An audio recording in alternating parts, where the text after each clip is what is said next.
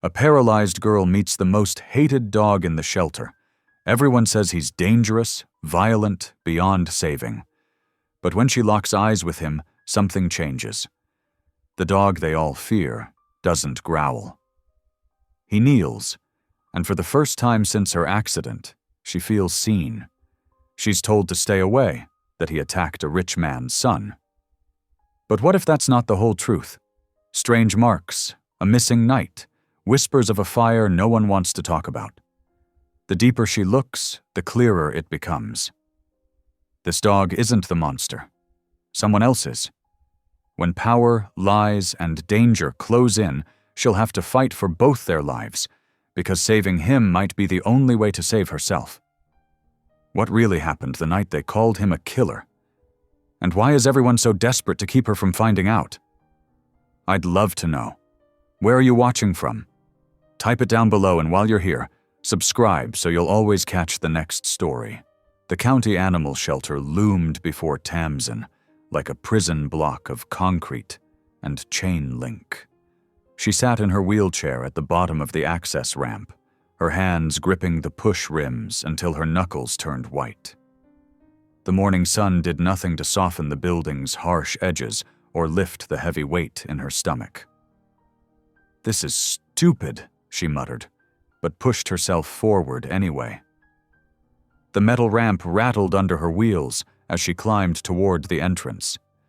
3 months of community service stretched ahead of her, her punishment for losing her temper and throwing a drink at the defense lawyer during the drunk driver's trial. The memory made her cheeks burn.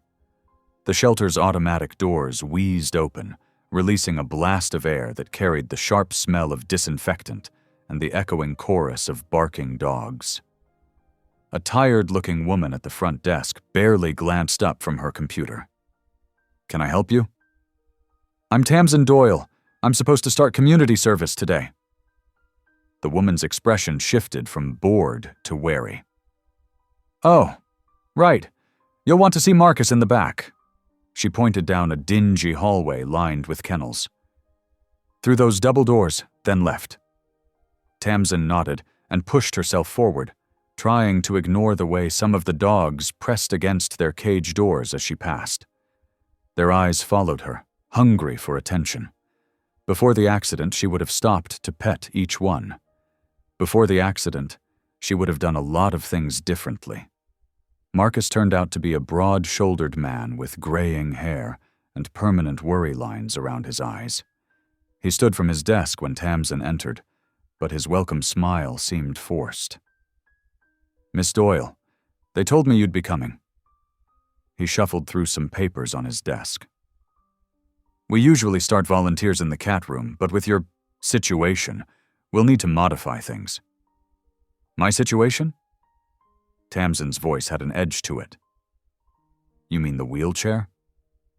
Marcus had the grace to look embarrassed. "Yes. Well, accessibility is somewhat limited in certain areas, but we do have work that needs doing." He grabbed a clipboard. "Follow me." They moved through the shelter, Marcus explaining various duties, feeding schedules, cleaning protocols, exercise rotations. Tamsin half listened, noting how he walked slightly ahead of her, as if trying to pretend she wasn't there. "And this," Marcus said, stopping abruptly, "is the red tag section." The hallway ended at a heavy door marked with a bright red warning sign. Beyond it lay a separate wing of kennels, isolated from the main population. The barking here was different, deeper, more intense. "These are our problem cases," Marcus explained, his voice dropping. "Dogs with bite histories, failed temperament tests, court-ordered holds. You'll be helping with basic maintenance, but under no circumstances are you to attempt interaction without supervision." He led her to the last kennel on the right. Unlike the other enclosures, this one had solid walls on 3 sides, with only the front showing steel mesh. A large German shepherd stood motionless in the shadows, amber eyes fixed on them with unnerving intensity. "This is Rook," Marcus said. "He's our most dangerous resident, Attacked a rancher's son last month, nearly took the boy's arm off. He's scheduled for euthanasia in 72 hours. Tamsin studied the dog. Despite Marcus's words, something seemed off about the story. The German Shepherd's posture wasn't aggressive. He stood alert but calm, his ears focused forward with intelligent interest. A jagged scar ran down his left shoulder, and one ear was slightly torn, giving him a battle-worn appearance. But his eyes— there was something in those eyes that made Tamsin's chest tighten. What exactly happened with the rancher's son? Marcus shrugged. Details are sketchy. Boy was found bleeding. Dog was found nearby with blood on his muzzle. Open and shut case, really. Owner signed him over for euthanasia immediately. And no one questioned it? Miss Doyle. Marcus's voice took on a patronizing tone that made Tamsin's jaw clench. We deal with dangerous dogs all the time. This one's history was verified by multiple witnesses. He's not some misunderstood victim. He's a liability waiting to happen. But Tamsin barely heard him. She was locked in a silent exchange with Rook, and what she saw in those amber eyes wasn't violence or madness. It was something else entirely. Something that reminded her of her own reflection in the months after the accident, when everyone had their own ideas about who she was and what she could or couldn't do. "I'll take this section," she said firmly. "What? No, I really don't think— You said you needed help with basic maintenance. I can handle food, water, and cleaning while staying safely outside the kennels." She turned to face Marcus directly. "Unless you think I'm not capable of that either." Marcus opened his mouth, closed it, then sighed heavily. "Fine. But remember, no interaction with the dogs, especially not that one. He's not like the others. He's beyond help." As Marcus walked away, Tamsin wheeled closer to Rook's kennel. The German Shepherd hadn't moved, hadn't made a sound, but his eyes followed her every movement. Up close, she could see the powerful muscles under his scarred coat, the proud set of his head despite his circumstances. "They say you're dangerous," she said softly. "They say you're beyond help. I know something about that." Rook's ear twitched. Slowly, deliberately, he moved forward until he stood just behind the mesh. There was no growling, no aggressive display, just that steady, intelligent gaze that seemed to look straight through her. 3 days, Tamsin whispered. "That's all they're giving you. But something's not right here. I can feel it." The dog lowered his head slightly, as if nodding in agreement. In that moment, Tamsin felt something shift inside her, a spark of purpose she hadn't experienced since before the crash. Everyone had written Rook off as a lost cause, just as so many had written her off after the accident. But sitting there, in the quiet of the red tag wing, she knew with absolute certainty that they were wrong about him. She glanced down at her wheelchair, then back at the condemned dog. "Well, Rook," she said, a hint of her old determination creeping into her voice, "looks like we've both got something to prove." The German Shepherd's tail moved slightly. Not quite a wag, but an acknowledgement. Looking into those amber eyes, Tamsin felt an inexplicable connection, a sense that fate hadn't brought her to this dreary shelter by accident. Whatever the truth was about Rook's past, she intended to find it before his 72 hours ran out. Behind her, the shelter's regular cacophony of barks and whines continued. But in this moment, it was just her and Rook. Two souls the world had judged and dismissed, finding an unexpected understanding in each other's eyes. The weight in Tamsin's chest lifted slightly, replaced by something that felt suspiciously like hope. Tamsin leaned forward in her wheelchair, intrigued by Rook's composed demeanor. Unlike the snarling menace she'd been warned about, the German Shepherd maintained a dignified vigilance. His amber eyes tracked her movements with remarkable intelligence, his posture alert but not aggressive. "You're something else, aren't you?" she murmured, studying the way his ears pivoted to catch her voice. The shelter's fluorescent lights cast harsh shadows across the concrete floor, making the kennel seem even more institutional and dreary. But there was nothing dreary about the way Rook carried himself. Despite his scars and the torn ear, he had the bearing of a trained professional, not a vicious attack dog. A clatter echoed through the corridor, making Tamsin jump. Someone had knocked over a metal mop bucket around the corner, sending it crashing across the floor with a deafening bang. The sound ricocheted off the concrete walls, amplifying the chaos. What happened next left Tamsin breathless. Instead of barking or retreating, Rook immediately positioned himself between her wheelchair and the source of the noise.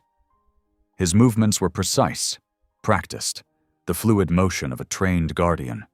He didn't growl or bare his teeth. He simply took up a protective stance, head high and alert, ready to respond to any threat. "Oh my God," Tamsin whispered. This was not the behavior of an unstable, aggressive animal. This was the response of a highly trained working dog. Acting on a hunch, Tamsin cleared her throat and said clearly, "Sits." Rook's ears perked forward. Without hesitation, he sat, maintaining perfect form, while keeping his protective position near her chair. "Platz," she tried next, remembering the German commands she'd learned during a school exchange program. The shepherd immediately dropped into a down position, his eyes still fixed attentively on her face. "I knew it," Tamsin breathed. "You're trained, professionally trained. What really happened to you, boy?" "Miss Doyle!" A sharp voice cut through the air. "What do you think you're doing?" Rita Merlo strode down the corridor, her heels clicking against the concrete floor. The shelter director's blonde hair was pulled back in its usual severe bun, her face pinched with disapproval. "Ms. Merlo," Tamsin began, "I think there's been a mistake. This dog is clearly—" "This dog," Rita interrupted, "is scheduled for euthanasia in 3 days for a very good reason. He is dangerous and untrustworthy. But he just responded to German commands. He's obviously had professional training.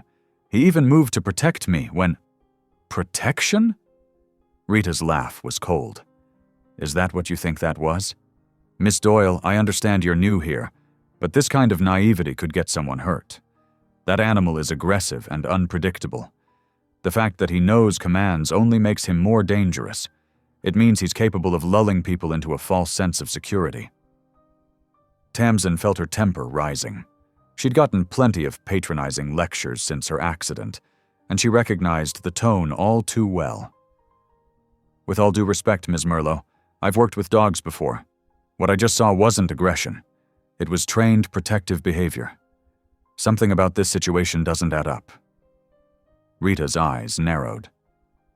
"What doesn't add up is how you're already violating our safety protocols. You were explicitly instructed to avoid interaction with the red tag dogs. Consider this your first and only warning. If you can't follow our rules, we'll have to inform the court that you're unsuitable for this community service placement." The threat hung in the air between them. Tamsin glanced at Rook, who hadn't moved from his down position despite Rita's presence. His calm demeanor made the shelter director's warnings seem even more out of place. "I understand," Tamsin said carefully, though her mind was already racing with questions. "No more interaction with the red tag dogs. See that you remember that." Rita turned on her heel and stalked away, leaving behind the faint scent of expensive perfume and an air of unspoken tension. Tamsin waited until the director's footsteps faded before looking back at Rook. The German shepherd met her gaze steadily, and in that moment, she felt the last of her doubts evaporate. This wasn't just about fulfilling her community service hours anymore. Something was very wrong with the story of Rook's attack, and she intended to find out what it was. The shepherd seemed to sense her determination. He remained in his down position, but his tail thumped once against the concrete, a subtle sign of acknowledgement. "Don't worry, boy," she whispered, careful to keep her voice low. "I'm not giving up on you." The sounds of the shelter surrounded them, distant barking, the hum of the ventilation system, the occasional voice or footstep echoing through the building. But Tamsin barely noticed any of it. Her mind was already working, analyzing everything she'd seen and heard. A professionally trained German shepherd, responding to commands even after weeks in the shelter. A supposed attack with sketchy details and multiple witnesses, none of whom she'd heard named. An owner who immediately signed off on euthanasia instead of defending or trying to rehabilitate such a valuable trained animal. And now, a shelter director who seemed unusually invested in maintaining Rook's dangerous reputation. Tamsin adjusted her position in her wheelchair, feeling the familiar frustration with her physical limitations. But her mind was sharp as ever. Sharper, maybe, since the accident had forced her to become more observant, more analytical about the world around her. She might not be able to run anymore, but she could still fight. And right now, every instinct she had was telling her that Rook needed someone in his corner.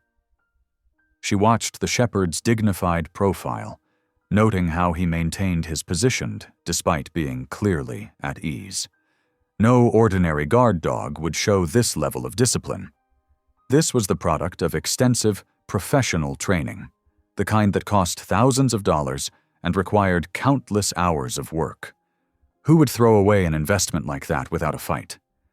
The more she thought about it, the less sense it made. And Rita's aggressive reaction to seeing Rook respond to commands only heightened Tamsin's suspicions. If the dog was truly as dangerous as everyone claimed, wouldn't the shelter director want documentation of his behavioral issues? Instead, she'd seemed almost angry to see evidence of Rook's training. Tamsin pulled out her phone and started making notes, being careful to angle the screen away from the security cameras she'd noticed earlier. She needed to be smart about this. 72 hours wasn't much time to uncover the truth, especially with the shelter staff watching her every move. But she had one advantage. They'd already underestimated her, just like so many others had since the accident. They saw the wheelchair and assumed she was helpless, limited. She glanced at Rook, who remained in his perfect Platz position, and allowed herself a small smile. They were both being underestimated, and maybe that would work in their favor.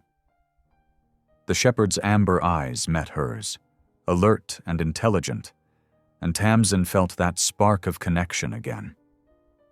Whatever the truth was about Rook's past, she was now certain of one thing.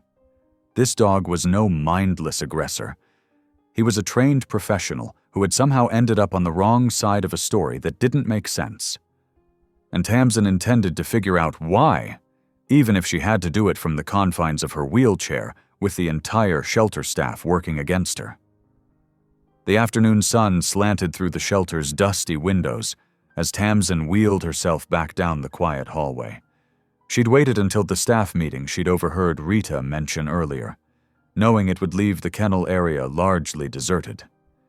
Her heart pounded, but her hands were steady on her wheels. Rook's kennel was at the end of the row, set apart from the others. As she approached, she could see him rise to his feet, his movements fluid and controlled. No frantic barking, no aggressive displays, just that same alert, intelligent attention she'd noticed before. "Hey there," she whispered, reaching the cage. "I know I'm not supposed to be here, but—" Her keys slipped from her lap, landing with a quiet jingle on the concrete floor just beyond her reach. Before she could figure out how to maneuver closer without risking a fall, Rook moved. With delicate precision, he picked up the key ring in his mouth and extended his head through the kennel bars, offering them to her. "Oh my gosh," Tamsin breathed, accepting the keys. The shepherd's gentleness struck her again. This was no untrained animal acting on impulse. This was calculated assistance. She heard a soft footstep behind her and tensed, expecting Rita's sharp reprimand. Instead, a quiet male voice said, "He's always been like that, helpful, careful." Tamsin turned to see a tall, lanky young man in a worn shelter volunteer shirt. His dark-rimmed glasses caught the light as he pushed them up his nose, and she noticed he smelled faintly of hay and antiseptic. She recognized him from earlier, one of the few staff members who hadn't stared at her wheelchair or offered unsolicited help. "I'm Quincy," he said, moving closer with careful steps. "Quincy Hale.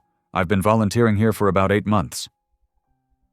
He glanced at Rook, who had settled into a sitting position, watching them both. "I've never believed the story about him attacking that kid." Tamsin felt her shoulders relax slightly. "Why not?" Quincy shrugged, his movements almost apologetic. "The timing never made sense. The supposed attack happened right after Rook was returned to his owner, from some kind of security detail. He'd just completed months of work without incident.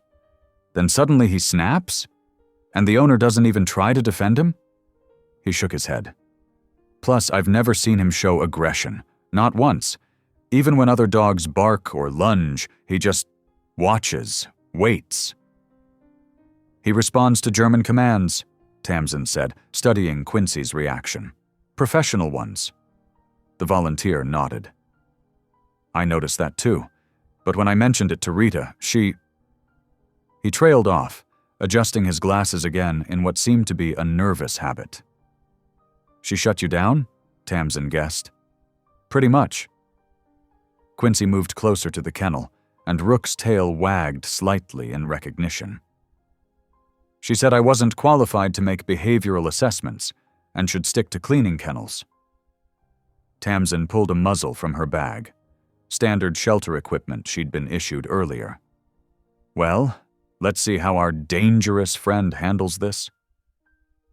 To their shared amazement, Rook not only allowed her to fit the muzzle through the bars, but actually lowered his head to make it easier. His calm compliance spoke volumes about his training and temperament. "You know what this means, right?" Quincy's voice was quiet but intense. "He's not just trained, he's extensively trained. Security dogs like this are worth thousands of dollars. No one throws away that kind of investment without a really good reason." "Or a really bad one," Tamsin mused, watching Rook sit perfectly still as she adjusted the straps. "Something about this whole situation feels wrong." "I agree." Quincy leaned against the wall, his lanky frame seeming to fold in on itself. "But what can we do? We've got less than 72 hours, and Rita's made it clear she won't consider appeals." Tamsin was about to respond when another voice cut through the air, making them both jump. "Tamsin Marie Doyle, what do you think you're doing?" Her sister Blythe stood at the end of the hallway, still in her nurse's scrubs from her hospital shift. Her face wore the same worried expression it had carried ever since Tamsin's accident. "Blythe, I can explain. You're supposed to be doing basic cleaning duties, not interacting with dangerous dogs. Do you have any idea what could happen if you get hurt? We're barely keeping the apartment as it is. One incident report, one liability issue, and we're done." Tamsin felt her face flush. "I'm not going to get hurt. Rook isn't dangerous. Look at him." But Blythe was already striding forward, her practical shoes squeaking on the concrete floor. "I don't care if he's Lassie reincarnated. You can't risk everything on a dog, Tamsin. Not now. Not after everything we've been through." "Mrs. Doyle," Quincy started, then corrected himself at Blythe's sharp look. "Miss Doyle, I've been working with these dogs for months. Rook isn't—" "With all due respect," Blythe cut him off, "you're not the one who spent 6 months watching your sister learn to live in a wheelchair. You're not the one who would have to pick up the pieces if something went wrong." She turned back to Tamsin. "We're leaving. Now." Tamsin felt tears of frustration burning behind her eyes. "I'm not a child, Blythe. I can make my own decisions. And those decisions affect both of us." Blythe's voice softened slightly. "Please, Tam.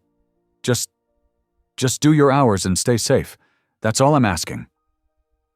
The silence in the hallway was heavy. Rook hadn't moved, still sitting calmly despite the tension. Quincy shifted uncomfortably, his glasses slipping down his nose again. "Fine," Tamsin said finally, her voice tight. "But I'm coming back tomorrow. It's my community service, and I'll complete it the way I see fit." Blythe's sigh was equal parts relief and resignation. "Just be careful. Please." As Tamsin wheeled herself past her sister, she caught Quincy's eye. Something passed between them, an unspoken agreement, a shared purpose. They both knew there was more to Rook's story, and neither of them was ready to let it go. "I'll see you tomorrow?" she asked quietly. Quincy nodded, pushing his glasses up one more time. "I'll be here. We can talk more then." Tamsin followed her sister out of the shelter, her mind already working on plans for the next day. Blythe's warnings echoed in her head, but so did the memory of Rook's gentle assistance with the keys, his calm acceptance of the muzzle. Sometimes, she realized, the biggest risk wasn't in taking a chance, it was in standing by and watching an injustice unfold. Behind her, in his kennel, Rook settled back into his bed, the muzzle still perfectly in place. His time was running out, but for the first time since he'd arrived at the shelter, someone was fighting for him. Two someones, actually. And maybe, just maybe, that would be enough to uncover the truth before it was too late. The morning sun cast long shadows through the shelter windows as Tamsin wheeled herself down the concrete hallway. The familiar symphony of barks and whines echoed off the walls, but something felt different today. There was tension in the air, like the heaviness before a storm.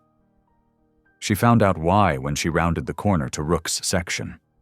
3 figures stood before his kennel. Rita Merlot's rigid posture was unmistakable, but the 2 men with her were strangers. Well, not exactly strangers. Tamsin recognized them from local news coverage, Harlan Peavy and his son Brent. Harlan Peavy cut an imposing figure in his expensive ranch wear, silver hair gleaming under the fluorescent lights. His presence seemed to fill the narrow hallway, radiating authority and old money. Beside him, Brent slouched with practiced casualness, though his swagger was somewhat diminished by the white bandages wrapped around his right hand. "This is taking far too long," Harlan was saying, his voice carrying the weight of someone used to being obeyed. "That animal is a menace. He should have been put down the day he attacked my son." Rita's, normally, commanding presence seemed diminished next to Harlan's. "Mr. Peavy, I assure you we're following all proper protocols." "Protocols?" Harlan cut her off with a sharp laugh. "That dog nearly took my boy's arm off. Look at him." He gestured to Brent, who obligingly held up his bandaged hand with a grimace that looked rehearsed. "Still hurts like hell," Brent added, though Tamsin noticed his grimace disappeared the moment his father looked away. Tamsin stayed back, her wheelchair hidden in the shadows of the corridor. Something about this scene felt wrong, like watching actors perform a play they hadn't quite memorized. "Ms. Merlot," Harlan continued, reaching into his leather jacket. "I understand your shelter relies heavily on private donations." He pulled out a checkbook, and Tamsin saw Rita's spine stiffen. "I'd hate to think our family's annual contribution might be affected by unnecessary delays." The silence that followed was thick with meaning. Rita's shoulders slumped slightly, defeat written in every line of her body. "I suppose we could expedite the process." "That's what I like to hear." Harlan's smile didn't reach his eyes. "Tomorrow morning should work nicely." Tomorrow? Tamsin couldn't help herself. She pushed her wheelchair forward, emerging from the shadows. "But the mandatory hold period isn't over." All three adults turned, startled by her appearance. Brent's face darkened with recognition, and something that looked almost like fear flickered across his features before being replaced by a sneer. "Who are you?" Harlan demanded. "Tamsin Doyle. I volunteer here." She lifted her chin, meeting his gaze. "And that dog has rights under county regulations." "Rights?" Harlan laughed again, but this time there was an edge to it. "That animal forfeited any rights when he attacked my son, unless you'd like to explain to Brent why his attacker deserves more time." Brent stepped forward, and Tamsin noticed something odd. Despite his bandaged hand, his movements showed no sign of recent trauma or pain. Someone who'd been nearly mauled should have been more cautious around dog kennels. "You don't know what you're talking about," Brent said, but his eyes darted away from hers. "That dog is vicious. He came at me for no reason." Rook, who had been silent until now, let out a low sound. Not a growl, but something more like a whine of protest. The sound made Brent flinch, another reaction that seemed off to Tamsin's increasingly suspicious mind. "Funny," she said, keeping her voice steady. "He seems perfectly calm now, almost like he recognizes you." "Ms. Doyle," Rita interrupted sharply. "This is not your concern. Mr. Peavy is right. Rook has been deemed dangerous, and we have to think of public safety." "But did anyone actually investigate what happened?" Tamsin pressed. "Because I've spent time with Rook, and he shows clear signs of professional training. He responds to German commands, maintains perfect control." "Of course. He's trained," Harlan cut in, but something in his tone made Tamsin look closer. "He was a security dog at our estate, which makes his attack even more concerning. Clearly, something went wrong in his programming." This was new information, and Tamsin filed it away carefully. "How long did he work for you?" "That's irrelevant," Harlan snapped. "The point is he's dangerous now, and he needs to be put down before he hurts anyone else." He turned to Rita. "Tomorrow morning, Ms. Merlo. I trust that won't be a problem?" Rita glanced between Harlan's stern face and his checkbook, still held meaningfully in his hand. "No, Mr. Peavy. No problem at all. I'll make the arrangements." "Good." Harlan tucked away his checkbook and placed a hand on his son's shoulder. "Come on, Brent. We're done here." As they turned to leave, Tamsin noticed something else. When Brent thought no one was looking, he flexed his supposedly injured hand, the bandages shifting to reveal what looked like old, healed scars rather than fresh wounds. Once the Peavies were gone, Rita turned to Tamsin with fury in her eyes. "You are way out of line, Ms. Doyle. Your community service does not give you the right to interfere in shelter business." "Since when is being bullied by rich donors shelter business?" Tamsin shot back. "Something's not right here, Rita. Rook was their security dog, but they're in an awful hurry to see him destroyed. Don't you want to know why? What I want is for you to do your assigned tasks and stay away from that dog." Rita's voice was ice. "And if you can't do that, we can always inform the court that you're not fulfilling your service requirements." The threat hung in the air between them.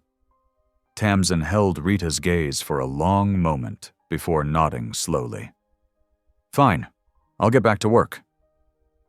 But as Rita walked away, Tamsin's mind was racing. She waited until the director's footsteps faded before wheeling herself to Rook's kennel. The German shepherd came to the front, his amber eyes seeming to hold secrets.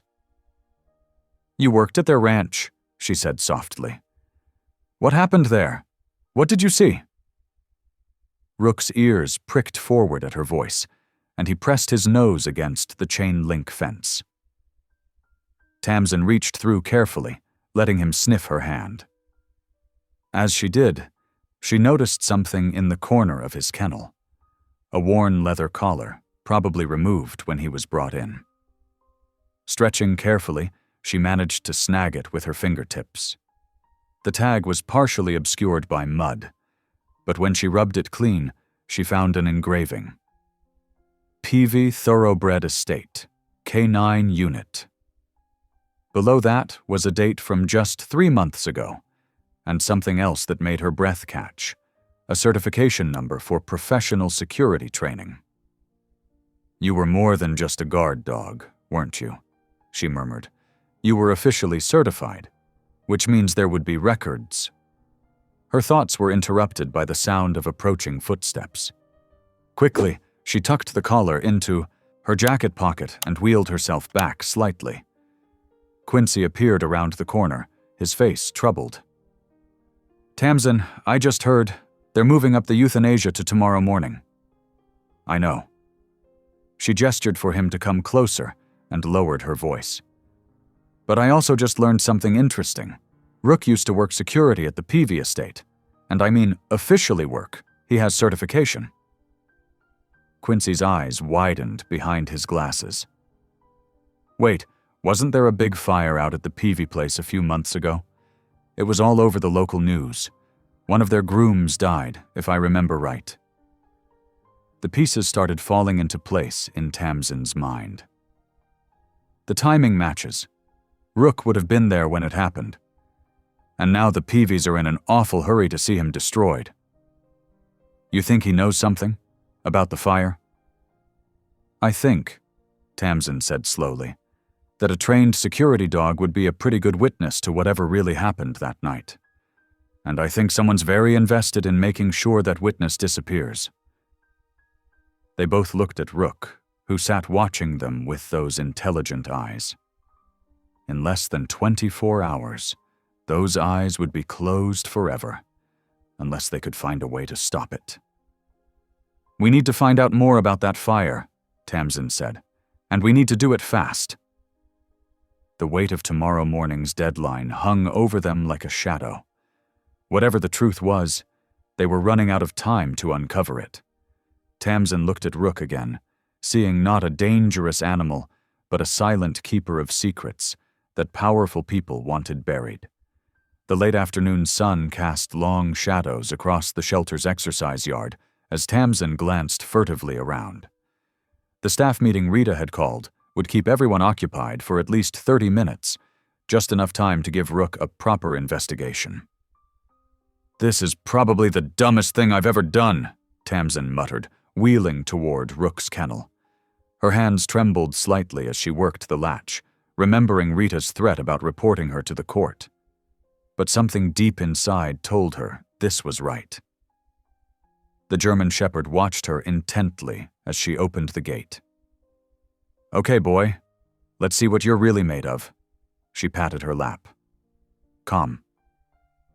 To her relief, Rook responded instantly to the German command, padding out of his kennel with dignified restraint. He fell into perfect heel position beside her wheelchair as they made their way down the corridor. "You're really something else, aren't you?" Tamsin said softly. "No way a dog with your training just suddenly snapped." The exercise yard was empty when they emerged into the warm air. Rook's posture remained alert but calm, totally at odds with his dangerous dog label. Tamsin guided her chair toward the center of the yard, giving him room to move freely. "Go on," she encouraged. "Show me what you can do." Rook trotted a few paces ahead, nose working the ground methodically. He moved with purpose, like he was conducting a search pattern. Tamsin watched in fascination as he systematically covered the yard's perimeter. Suddenly, his head snapped up. His ears pricked forward and his whole body tensed. Before Tamsin could react, he was moving with urgent focus toward a pile of donation bins near the fence. "Rook?" Tamsin called, quickly wheeling after him. "What is it?" The dog was fixated on one particular bin, pawing at it insistently. When Tamsin reached him, she saw it was filled with old clothes, jackets mostly, donated for the shelter's annual rummage sale. Rook whined, nosing at something specific. Tamsin leaned forward carefully, straining to reach into the bin. Her fingers closed around heavy fabric, a jacket. As she pulled it out, Rook's excitement intensified. Okay, let me see what's got you so worked up." She spread the jacket across her lap. It was expensive, the kind of riding jacket worn at upscale stables. Her heart started beating faster when she saw the tag. "Peavy Stables." Well, she murmured. "What are you trying to tell me, boy?" Rook wasn't finished. He kept indicating the jacket's right pocket with increasing urgency. Tamsin slipped her hand inside and felt something hard. When she pulled it out, her breath caught. It was a striker, the kind used to light matches or start fires. But this one was partially melted, its metal warped by intense heat. And clinging to the jacket's collar was the distinct scent of cologne. Expensive cologne. "Holy shit," a voice said behind her. Tamsin startled, nearly dropping the striker. But it was only Quincy. He must have slipped away from the staff meeting, too. "Quincy, look at this," she said as he hurried over. "Rook found it. It's from the Peavy estate." Quincy took the jacket, examining it carefully through his glasses. When he caught the scent of the cologne, his eyes widened. "I know this smell. Brent Peavy wears it, some fancy European brand. He practically bathes in it. You can smell him coming from across the shelter." A Peavy jacket, with a melted striker in the pocket, and Brent's cologne. Tamsin's mind was racing. "And Rook, a trained security dog, led us right to it." "You think—" Quincy swallowed hard. "You think Rook wasn't attacking Brent that night? You think he was trying to stop him from starting the fire?" "It makes sense," Tamsin said, reaching down to scratch behind Rook's ears. The dog leaned into her touch, his eyes never leaving the jacket. "A security dog wouldn't randomly attack his owner's son, but he would try to stop an arson attempt." "And then Brent blamed him to cover his tracks," Quincy finished. "Got his father to pressure the shelter into putting Rook down before anyone could question the story." Tamsin looked at the striker in her hand, then at Rook's steady gaze. "This is evidence, real evidence, not just theories anymore." "But will anyone believe us?" Quincy asked. "The Peavys practically own this town, and Rita's already made up her mind about Rook." "They'll have to believe physical evidence," Tamsin insisted. "The striker, the cologne, it's not just our word anymore." She carefully tucked both items into her jacket pocket. "We need to document everything. Take pictures. Write down exactly how Rook led us to it." Quincy pulled out his phone and started photographing the jacket's tag and the striker. "What about Rook? His euthanasia is scheduled for tomorrow morning." "One step at a time," Tamsin said, though her heart clenched at the reminder. "First, we need to get him back to his kennel before anyone notices. Then we figure out our next move." As if understanding the urgency, Rook fell back into perfect heel position beside Tamsin's chair. They moved quickly but cautiously back through the shelter, Quincy keeping watch ahead for any staff members. Just as they reached Rook's kennel, they heard voices approaching. Tamsin's hands shook as she worked the latch, but Rook calmly walked inside, turning to face her with what almost looked like gratitude in his amber eyes. "Good boy," she whispered as she secured the gate. "Such a good boy." They barely made it around the corner before Rita's voice carried down the corridor. But Tamsin felt the weight of the evidence in her pocket, and for the first time since this started, she felt real hope. They had proof now. Proof that Rook wasn't a dangerous dog who needed to be put down, but a hero who had tried to prevent a tragedy. The question was, could they get anyone to listen before it was too late? Tamsin's fingers drummed nervously against her wheelchair's armrest as she watched Maeve Drummond make her way down the shelter's main corridor. The retired K9 handler moved with a slight limp, her weathered face set in concentration as she followed Quincy toward Rook's kennel. "I appreciate you coming on such short notice, Ms. Drummond," Tamsin said, trying to keep her voice steady. Maeve adjusted her worn police jacket and gave a curt nod. "Call me Maeve. And when someone tells me a trained dog is being railroaded, I show up. Simple as that. They reached Rook's kennel, and the German Shepherd immediately stood at attention. His posture shifted subtly, alert but controlled. Maeve's eyes narrowed as she studied him. "Well now," she murmured. "That's interesting." "What is?" Tamsin asked. "His stance. That's not your typical shelter dog body language." Maeve moved closer to the kennel. "That's a working dog waiting for instructions?" Quincy pulled out his phone and started recording as Maeve began her assessment. She ran through a series of basic commands in German. Sit, stay down, come. Rook responded instantly to each one, his movements precise and controlled. "Remarkable," Maeve said, watching Rook hold a perfect downstay. "This dog's had extensive training, professional training." She turned to face Tamsin and Quincy. "You said he was accused of attacking someone?" Tamsin quickly explained about Brent Peavy and the alleged attack, including their discovery of the melted striker and cologne-scented jacket. Maeve listened intently, her expression growing darker. "In 30 years of working with police dogs, I've never seen a properly trained protection dog randomly attack someone," she stated firmly. "These dogs are selected and trained specifically for their stability and control. If Rook engaged with this Peavy kid, he had a damn good reason." "Could you put that in writing?" Quincy asked. "Like, officially?" "Better than that." Maeve pulled out her own phone. "Let's document everything. Full behavioral assessment, on video. Show people exactly what this dog can do." For the next hour, they filmed Maeve putting Rook through his paces in the shelter's exercise yard. The German Shepherd demonstrated flawless obedience, complex commands, and perfect impulse control. When Maeve deliberately dropped her keys near him, Rook simply sat and waited for permission to retrieve them.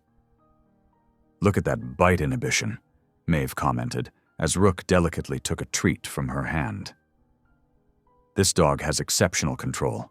Now watch this." She had Quincy suddenly drop a metal food bowl behind Rook. The clang was loud enough to make Tamsin jump, but Rook merely turned his head to assess the noise before returning his attention to Maeve. A dangerous, unstable dog would have reacted aggressively to that surprise, Maeve explained, while Quincy kept filming. Rook didn't even break his stay command. That's the kind of rock-solid temperament you want in a working dog. Tamsin felt tears pricking at her eyes. Finally, they had an expert confirming what she'd known in her heart since day one. "Quincy," she said, "can you edit this into something we can share? People need to see this." "Already on it," he replied, fingers flying over his phone screen. "I know just the local Facebook groups to post it in." Within hours, their video had hundreds of shares in their small community. Comments flooded in. "That doesn't look like a dangerous dog to me." "Why would they put down a trained service dog?" "Something's not right here." The tide of public opinion was starting to turn. People began calling the shelter, asking questions about Rook's case. Local news stations picked up the story, featuring clips from their video. Tamsin was checking the latest share count on her phone when Rita Merlot's sharp voice cut through her hope like a knife. "Ms. Doyle, my office, now." Inside the cramped office, Rita's face was tight with anger. "Do you have any idea what you've done? That video violates shelter policy. You weren't authorized to bring in outside evaluators or film on premises." "The public has a right to know," Tamsin started. "The public has nothing to do with this," Rita snapped. "You're here on court-ordered community service. One word from me about you violating the terms of that service, and you'll be facing more than just losing your volunteer position." Tamsin's hands gripped her wheelchair's arms. "Are you threatening me?" "I'm reminding you of reality," Rita said coldly. "Take down that video. Stop interfering with shelter operations, or I'll have no choice but to report your non-compliance to the court." The threat hung heavy in the air between them. Tamsin thought about everything she could lose: her volunteer position, her freedom, maybe even her housing if she violated her probation terms. But then she thought about Rook, about the evidence they'd found, about Maeve's absolute certainty of his training and temperament. "I understand," Tamsin said quietly, turning her chair toward the door. But she didn't say she'd comply. Some things were worth the risk. Outside Rita's office, she found Quincy and Maeve waiting. Their faces told her they'd heard everything. "Don't you dare take down that video," Maeve said firmly. "That woman's trying to railroad both you and the dog now." "I won't," Tamsin assured her. "But we need to move fast. Rita's scared, which means the Peavies probably are too. They're going to push harder now that people are asking questions." Quincy checked his phone. "Video's up to 2,000 shares. Local news wants to interview Maeve about her assessment." "Good," Maeve nodded. "Let them come. I've got 30 years of canine handling experience and a wall full of certifications.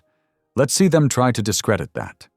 Looking at her small but determined team, Tamsin felt a surge of hope, despite Rita's threats. They had evidence. They had expertise. They had public attention. Most importantly, they had the truth. For the first time since she'd met Rook, Tamsin allowed herself to believe they might actually save him. "Rita can threaten me all she wants," she told them. "I'm not backing down. Not when we're so close to proving what really happened." Maeve squeezed her shoulder. "That's the spirit, kid. Now let's go give that news crew something to talk about." Tamsin was checking the latest supportive comments on their video when her phone buzzed with a new notification. Someone had tagged her in a different video post. Her thumb hesitated over the link. Something about the caption made her stomach clench. "The truth about the killer dog." The shaky cell phone footage showed the inside of a dimly lit barn. Smoke filled the air, and orange flames flickered in the background. A figure, Brent Peavy, backed away from a lunging German shepherd. The dog's teeth were bared, his posture aggressive as he charged forward repeatedly. "See? See what that monster did?" Brent's voice shouted from behind the camera. "It went crazy, attacked me when I tried to stop the fire."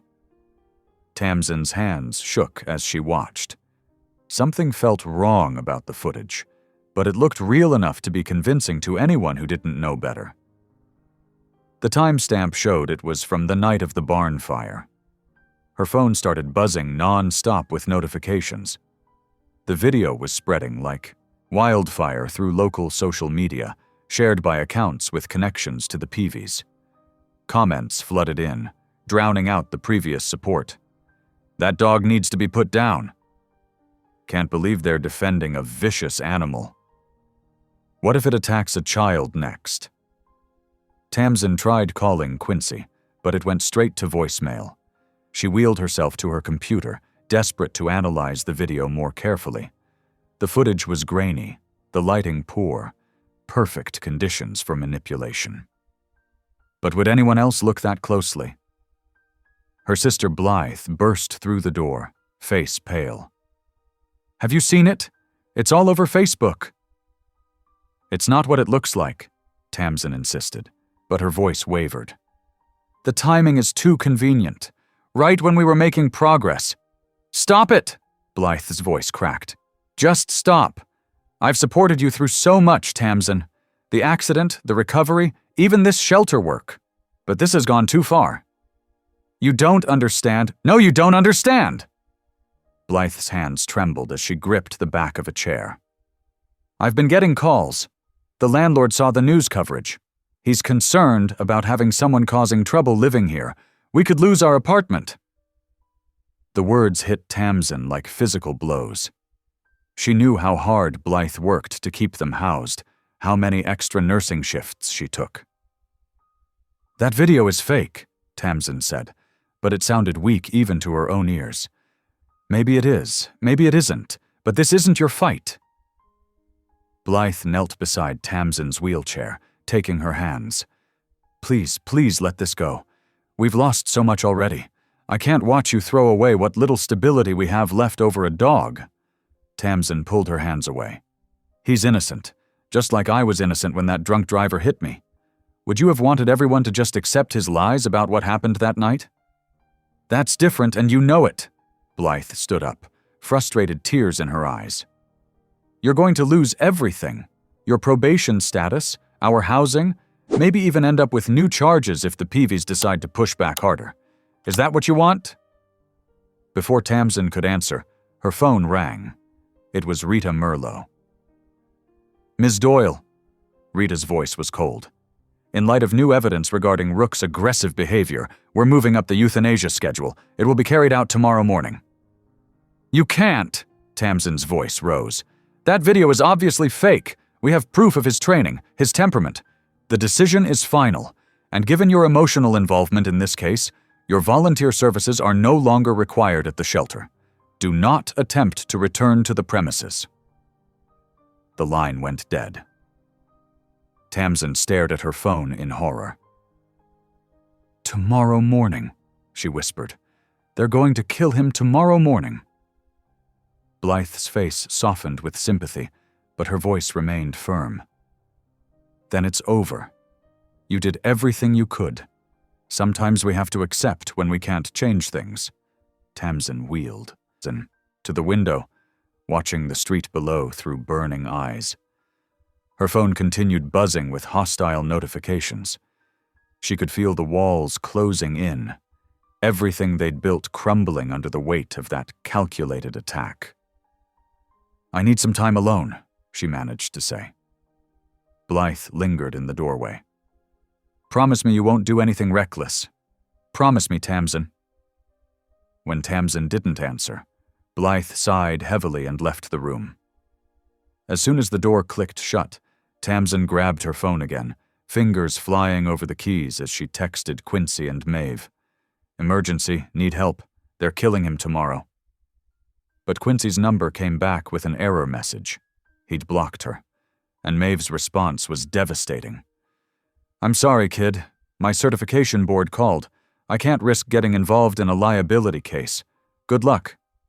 One by one, Tamsin watched their supporters fall away. The local news stations aired the new video, calling their previous coverage premature. The Facebook groups that had shared their evaluation video were now filled with angry parents demanding action against dangerous dogs. She wheeled to her desk and pulled up the original video, watching it again and again. There, a shadow fell the wrong way. There, Rook's movements looked slightly unnatural, like separate clips stitched together. But would anyone else take the time to see it? Would anyone else even care? Her computer pinged with an email from her probation officer. "Mandatory meeting tomorrow afternoon regarding complaints about your community service conduct." The tears finally came then, hot and bitter. She'd failed.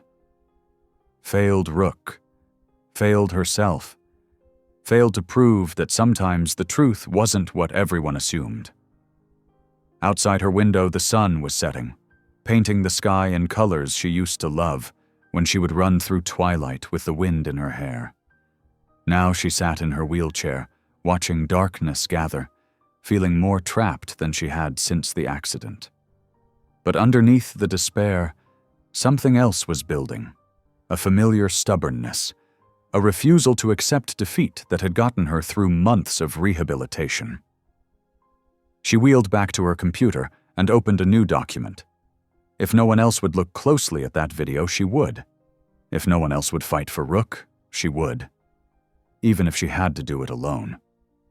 The night deepened around her as she worked, analyzing every frame, noting every inconsistency.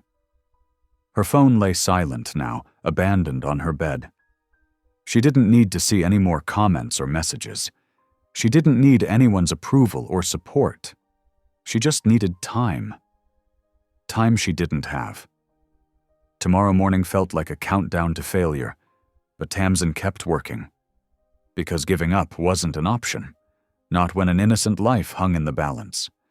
Not when she knew what it felt like to have truth buried under convenient lies. The cursor blinked on her screen as she documented everything she could find wrong with the video. It wasn't much, but it was all she had left. Her last stand against a tide of hatred and fear that threatened to sweep away everything she'd fought for. A sharp knock at her apartment door made Tamsin jump. She quickly wiped her eyes, wheeling to answer it. Her heart leapt when she saw Maeve Drummond standing there, still wearing her worn police jacket despite the late hour. "I thought you couldn't help," Tamsin said, unable to keep the hurt from her voice. Maeve's weathered face creased into a grim smile. "I said I couldn't risk my certification. Didn't say anything about spending my own time analyzing that video as a private citizen."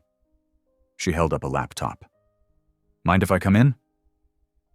Tamsin backed her chair up, making room. "Please."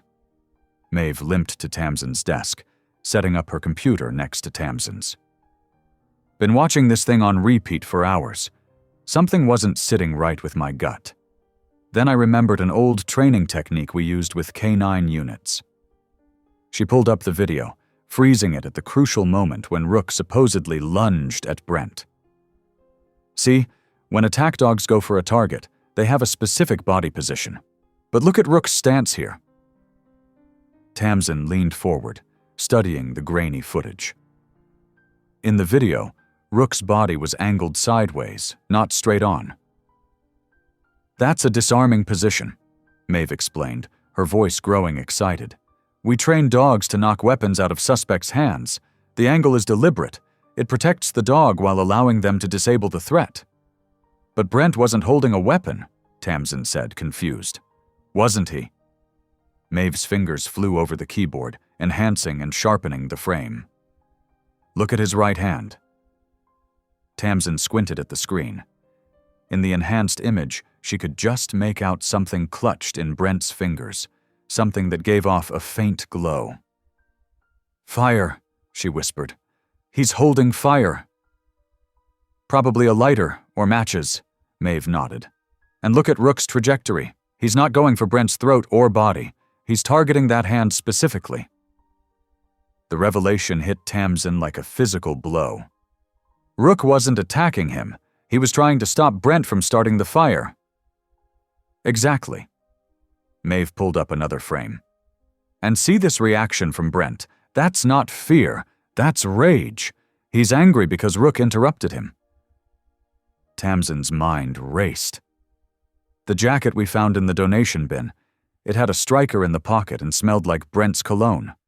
What if that wasn't from after the fire? What if it was from a previous attempt?" "Good thinking," Maeve approved. "Security dogs like Rook are trained to react to patterns of behavior. If he'd caught Brent trying to start fires before, then he would have recognized the threat and tried to stop it again," Tamsin finished. "That's why they had to get rid of him. Not because he was dangerous, but because he knew too much." Maeve straightened up, her expression hardening. "Well, they didn't count on someone taking the time to really look at their evidence. This changes everything." "But will anyone believe us?" Tamsin gestured helplessly at her silent phone. "Everyone's already decided Rook is guilty." "People believe what they see," Maeve said, "so we'll show them." She started working on her laptop again, splitting the video into individual frames. "I can break down the sequence, add analysis points showing the standard K9 training positions. Any dog handler worth their salt will recognize what they're looking at." Tamsin watched as Maeve meticulously documented each aspect of Rook's behavior. The precise angle of approach, the targeted strike at the hand, the controlled withdrawal. Not the actions of a vicious animal, but of a highly trained professional doing exactly what he was supposed to do. "The fire killed someone, didn't it?" Tamsin asked quietly. "That's why they're so desperate to keep this quiet." Maeve nodded grimly. "A young groom. Official report said he was trying to save the horses. But if someone deliberately set that fire, then it's not just animal cruelty anymore. It's murder." The weight of that knowledge settled heavily on Tamsin's shoulders. No wonder they created that fake video so quickly after ours went viral. They couldn't risk anyone looking too closely at what really happened. Well, they're about to learn that trying to bury the truth only makes some people dig deeper. Maeve saved her work and started uploading it to a secure server. I'm sending this to every canine training facility and handler I know. People who can't be fooled by fancy editing because they know exactly what these movements mean. Hope flickered in Tamsin's chest for the first time since that morning. But will we be in time? They're planning to put him down tomorrow. Then we better work fast. Maeve pulled out her phone. I may not be able to use my official certification, but I've got 30 years of contacts in law enforcement. People who owe me favors. People who understand that sometimes justice needs a little push. She dialed a number, speaking rapidly when someone answered. Jim? Maeve Drummond. Remember that case in '98 where your K9 unit saved my bacon? Time to return the favor. I need emergency injunction paperwork filed. Tamsin watched in amazement as Maeve made call after call, her voice carrying the authority of decades in service. With each conversation, another piece of support fell into place. A judge willing to review evidence after hours, a news reporter interested in a potential cover-up, former handlers ready to testify about training protocols. It's not over yet, Maeve said finally, setting down her phone. We've got people moving, but Brent Peavy's going to fight back hard when he realizes what we've found. You need to be prepared for that. Tamsin thought about the evidence they'd uncovered. The jacket, the striker, and now this damning video analysis. She thought about Rook, waiting alone in his kennel, condemned for the crime of doing his job too well. I'm not afraid of Brent Peavy, she said firmly. I'm not afraid of anyone who has to fake evidence to support their lies. Maeve's face softened with approval. Good, because this isn't just about saving one dog anymore. This is about exposing the truth, no matter how ugly it might be. They bent over their computers again, working together to document every detail, every frame that proved Rook's innocence. Outside, the night crept toward morning, each minute bringing them closer to the deadline. But now, at least, they had hope. For the first time, they had proof that Rook wasn't the monster in this story. He was the hero who tried to prevent a tragedy and paid for his loyalty with betrayal. And if Tamsin had anything to say about it, he would finally get the justice he deserved. After Maeve's revelations about the video, Tamsin couldn't sit still. Her fingers drummed restlessly against her wheelchair's armrest as she waited outside the courthouse. The emergency injunction papers sat heavy in her lap, carefully prepared with Maeve's help through the night. You're sure about this? Quincy asked, adjusting his glasses nervously. He stood beside her, his lanky frame casting a long shadow in the early morning light. Once we file these papers, there's no going back. I've never been more sure of anything. Tamsin's voice was steady, even though her heart raced. She glanced at her watch. 7:15 in the morning. The courthouse would open in 15 minutes. But you don't have to stay. This could get ugly. Quincy's quiet laugh surprised her. I think we're way past ugly already. He crouched down to meet her eyes. I'm not going anywhere. We're in this together. The courthouse doors opened precisely at 7:30. Tamsin wheeled herself to the clerk's office, Quincy following close behind. The morning staff looked startled when she slapped down the thick stack of papers. Emergency injunction, Tamsin announced, her voice carrying across the quiet office. Regarding the euthanasia order for the dog known as Rook at County Animal Services. The clerk, a middle-aged woman with kind eyes, began processing the paperwork. This is quite extensive, she remarked, flipping through the pages. There's new evidence, Tamsin explained. The video that condemned him. We've proven it was manipulated. We have expert analysis showing... I just filed the papers, dear, the clerk interrupted gently. The judge will review everything. She stamped the last page and handed Tamsin a receipt. Emergency injunctions are typically reviewed within 24 hours. That's not good enough, Tamsin's voice cracked. They're planning to put him down today. The clerk's expression softened. Let me make a call. While she stepped away to use the phone, Tamsin turned to Quincy.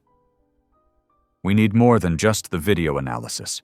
We need concrete proof that Brent was there that night. Quincy's eyes widened. The estate has security gates, with cameras and logs. Exactly. Tamsin's mind raced. If we could access those records, you're talking about breaking into the Peavy estate.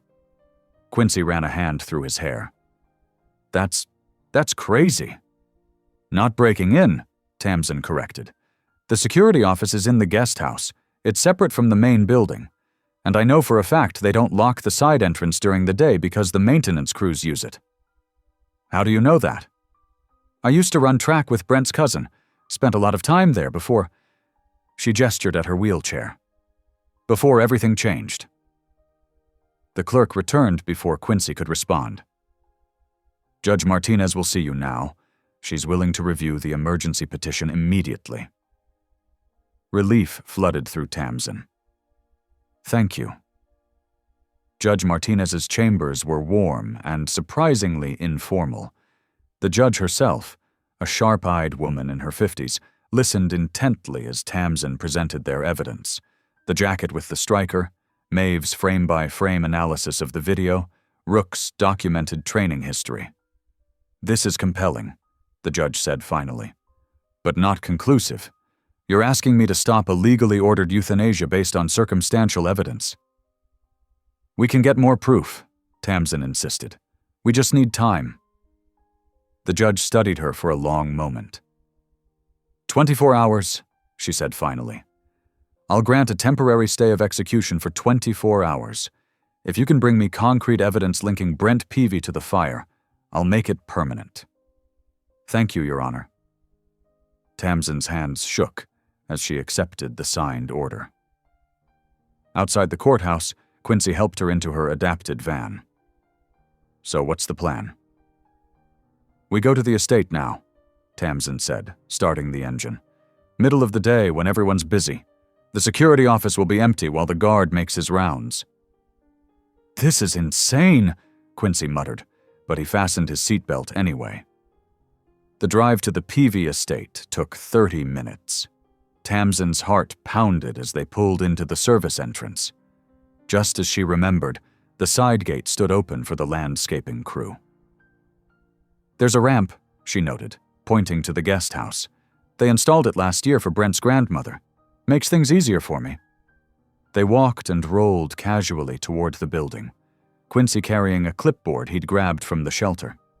If anyone asked, they were there to review animal control permits.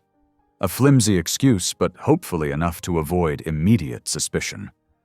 The security office was exactly where Tamsin remembered. First door on the right. And miracle of miracles, it was unlocked.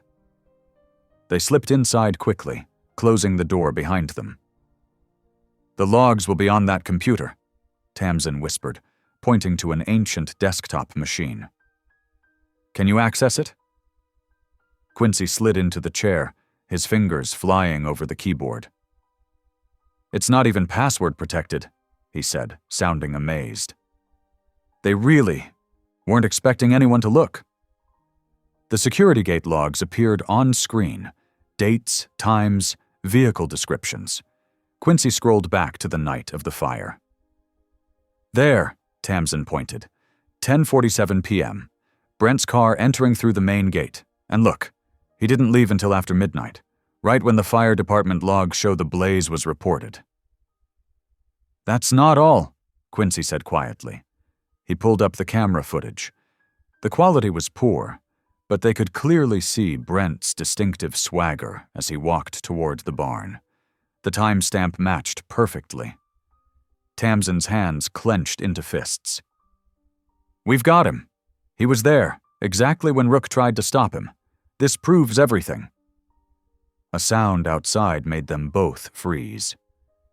Footsteps approached the door. "Quick," Tamsin hissed. "Email it to yourself." Quincy's fingers flew across the keys. The file transfer completed just as the door handle turned. They barely had time to close the windows before a security guard stepped in. "Can I help you folks?" His hand rested meaningfully on his radio. "Just finishing up," Tamsin said smoothly, "checking the property's animal control permits. Everything seems in order." The guard's eyes narrowed, but Quincy's clipboard and their confident demeanor seemed to satisfy him. He stepped aside to let them leave. They maintained their calm pace until they reached the van. Only when they were safely on the main road did Tamsin let out the breath she'd been holding. "I can't believe we just did that," Quincy said shakily.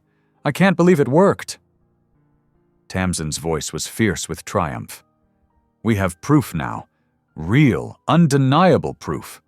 Brent was there that night, exactly where and when Rook confronted him." "The judge has to accept this," Quincy agreed. "The timestamps match perfectly with both the fire department's records and the original incident report about Rook's supposed attack." Tamsin nodded grimly. "Brent Peavy isn't just going to roll over, though. When he realizes what we have—" "We'll be ready," Quincy said, showing unexpected steel in his voice. "We have the truth on our side now." Tamsin thought about Rook, waiting in his kennel, depending on them to save his life. She thought about the young groom who died in the fire, whose killer had walked free while an innocent dog took the blame. "The truth," she said softly, "and justice, for everyone hurt by their lies." They drove back towards the courthouse, the precious evidence secured in Quincy's email. Whatever came next, they had what they needed to prove Rook's innocence. Tamsin's grip tightened on her steering wheel. She would protect him, no matter the cost. Some things were worth fighting for, worth risking everything to defend. And Rook, loyal, brave Rook, who had tried to stop a killer and paid for it with his freedom, deserved nothing less than her absolute commitment to saving his life. The fluorescent lights of the courthouse hallway cast harsh shadows as Tamsin gripped the edge of her wheelchair, watching the bailiff approach with the judge's written order. Her heart hammered against her ribs. Beside her, Quincy stood so still she could hear his controlled breathing. "The court grants a 14-day stay of execution," the bailiff announced, handing the official document to Tamsin's lawyer. Relief flooded through her body like a warm wave. 14 days. 2 whole weeks to present their evidence and save Rook's life. She looked up at Quincy, who was grinning from ear to ear. "We did it," she whispered, her voice thick with emotion. "We actually did it." Rita Merlo stood across the hall, her face tight with barely concealed anger. The shelter director snatched her copy of the court order and stormed out without a word. "She'll have to keep him safe now," Quincy said quietly. "It's a legal requirement." They made their way to the shelter, arriving just as the evening staff were finishing their rounds. Tamsin wheeled straight to Rook's kennel, needing to see him with her own eyes. The German shepherd lay on his bed, head raised alertly as she approached. But there was something different about him today, a calmness she hadn't seen before, as if he could sense their victory. "Hey, buddy," she said softly, pressing her hand against the chain link. "You're safe now? We're going to prove everything." Rook's tail thumped against his bed, his amber eyes fixed on her face. He looked more relaxed than she'd ever seen him, as if understanding that the immediate threat had passed.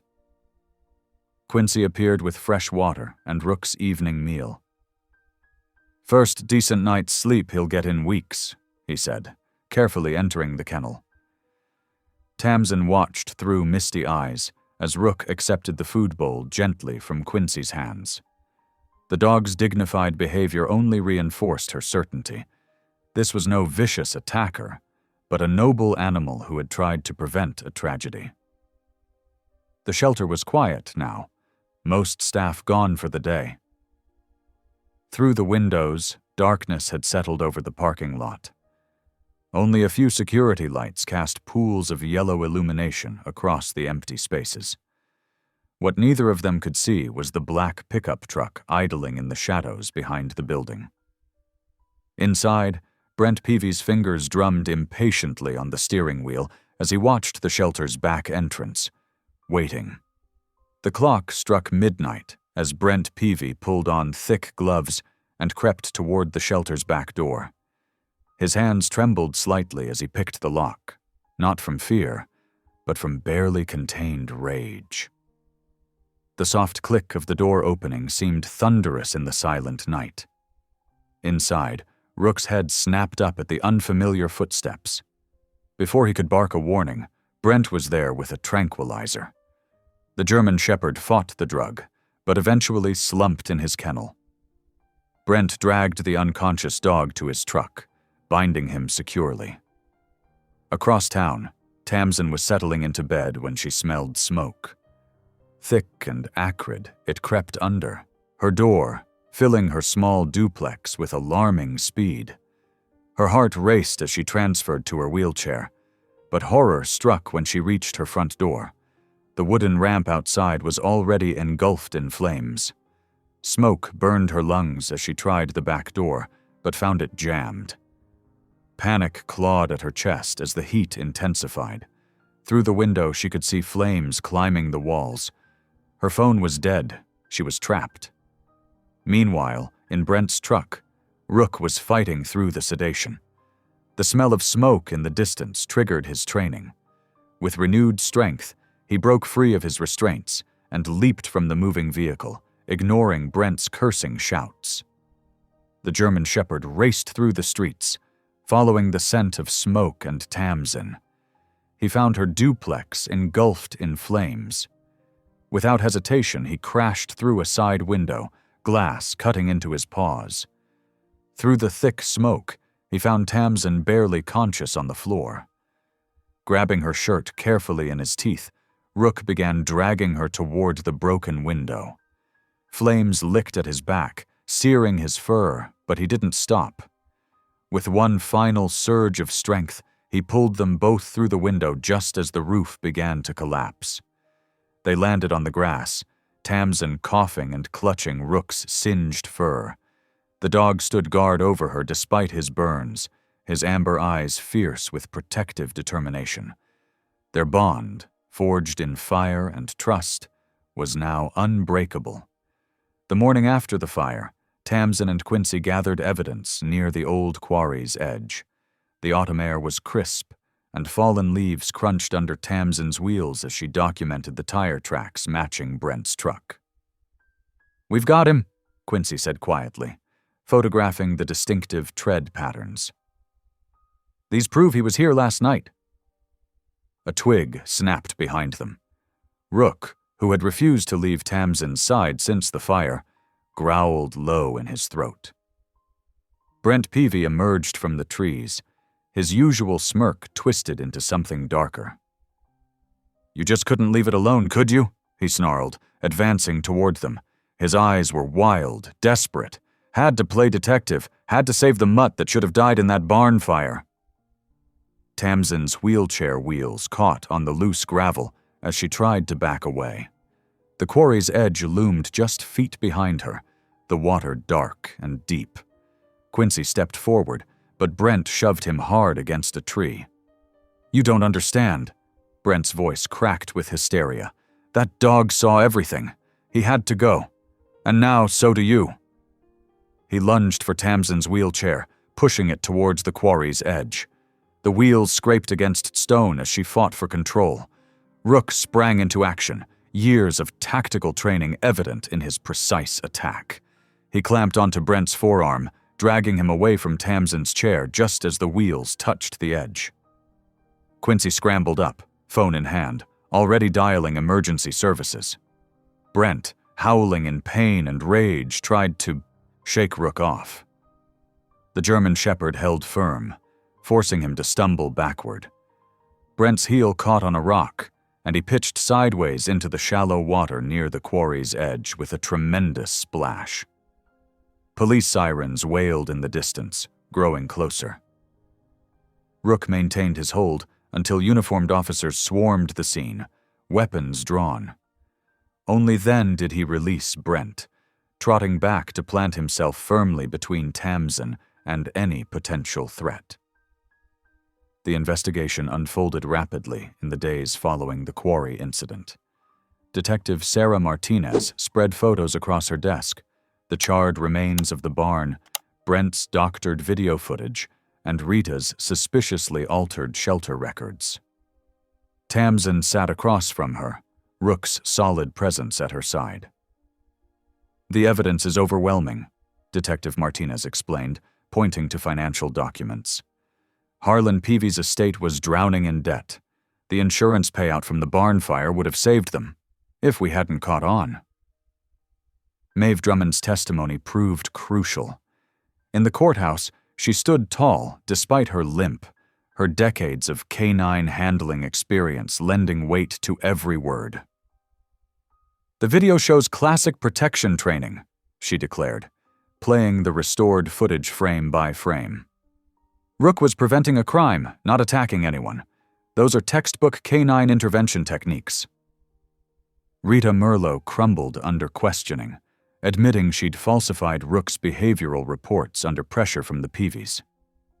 "They threatened to pull their donations," she confessed, her carefully maintained composure finally breaking. "I knew the dog wasn't dangerous, but I was afraid." The local news crews clustered outside the courthouse as Harlan Peavy's empire crumbled. His son Brent, no longer swaggering, faced multiple charges: arson, attempted murder, animal cruelty, and fraud. The evidence trail led straight to Harlan himself, exposing years of insurance scams and corruption. In a special ceremony at City Hall, the mayor presented Tamsin with a commendation for her courage in exposing the truth. But the real victory came when Judge Henderson signed the papers officially designating Rook as Tamsin's service dog. The German Shepherd sat proudly beside her wheelchair, his amber eyes alert and gentle, his scarred ear and burnished coat testament to their shared journey through fire to justice. "You two saved each other," Quincy observed quietly, watching them together. "And you saved something bigger, too. You showed everyone that the truth always comes out, no matter who tries to bury it." At the physical therapy center, Tamsin gripped the parallel bars, her arms trembling with effort. Rook watched attentively from his designated spot, his scarred ear twitching at her every movement. The German Shepherd's presence had become as natural as breathing, a constant reminder of how far they'd both come. "You're pushing yourself harder than before," Blythe observed from nearby, her nurse's eyes missing nothing. There was a new softness in her voice, replacing the worry that had dominated their relationship since the accident. Tamsin paused to catch her breath. "Having Rook gives me a reason to get stronger. He needs walks, and I want to be the one giving them to him." Blythe stepped forward, helping Tamsin adjust her position. "I was wrong about him," she admitted quietly. "About a lot of things. I was so scared of losing you again that I couldn't see how much you needed to fight this battle." Sweat beaded on Tamsin's forehead as she took another step. "You were trying to protect me, but sometimes protection looks like letting someone find their own strength." Rook's tail wagged as Tamsin completed the exercise, his amber eyes bright with encouragement. The burn scars on his back had healed into stark reminders of their shared ordeal, but they hadn't diminished his dignity. If anything, they enhanced it. "Look how far you've come," Blythe said, helping Tamsin back into her wheelchair. She gestured not just at the parallel bars, but at everything: the restored relationship between sisters, the proud service dog who had once been condemned, and most importantly, the determined light in Tamsin's eyes that had replaced despair. Tamsin reached down to scratch behind Rook's good ear. We all have. Sometimes it takes losing everything to find out who you really are. She smiled as Rook pressed his head against her knee, their bond a testament to the healing power of trust and second chances. Thanks for watching. If any part of this story lingered with you, consider subscribing. I'll be here again tomorrow, sharing another tale that speaks to the soul.